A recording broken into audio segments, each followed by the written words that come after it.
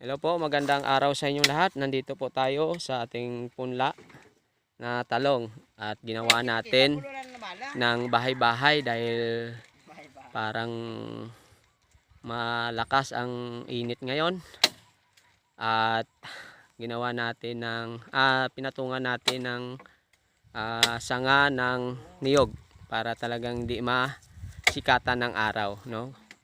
At nilagyan natin din ito ng plastic.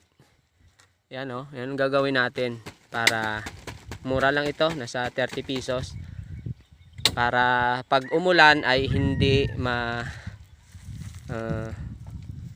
madali ng tubig ang ating punla, kasi pag palaging basa ay ano din yung pangit din sa ating punla. Ayan pong gumagawa, no? Galing niya gumawa ng bahay-bahay. Ayan lang ang mga materialis natin para secure ang ating mga punla. Pinunla na naman natin yung talong na naman, no?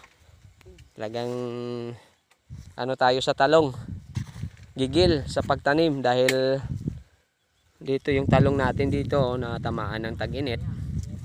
Kaya nagpunla ulit tayo para magtanim, para marami tayong i-harvest. Ayan si boss, mag-check ng ating mga ginagawa rito. Ayan, simple lang po gumawa ng bahay-bahay ng ating punlaan para secure sa ulan at init. Yan lang po, kadali. Simplihan lang natin kasi pag ano naman, disposable lang naman ito. Pagtapos naman ito, kasi yung plastic madali naman yan maano sa init. At gagawa naman tayo ulit, kasi yun lang, mura lang naman ito. Kaya okay lang kahit masira. Pero mas importante yung ating punla ay secure sa tag-init at tag-araw.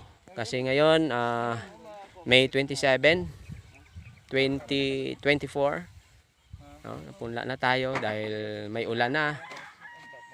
Pero talagang masakit pa rin ang init, kaya itong ginawa natin, no, para hindi mainitan masyado ang ating mga punla. Ayan. Sige po, maraming salamat po sa inyo. God bless po.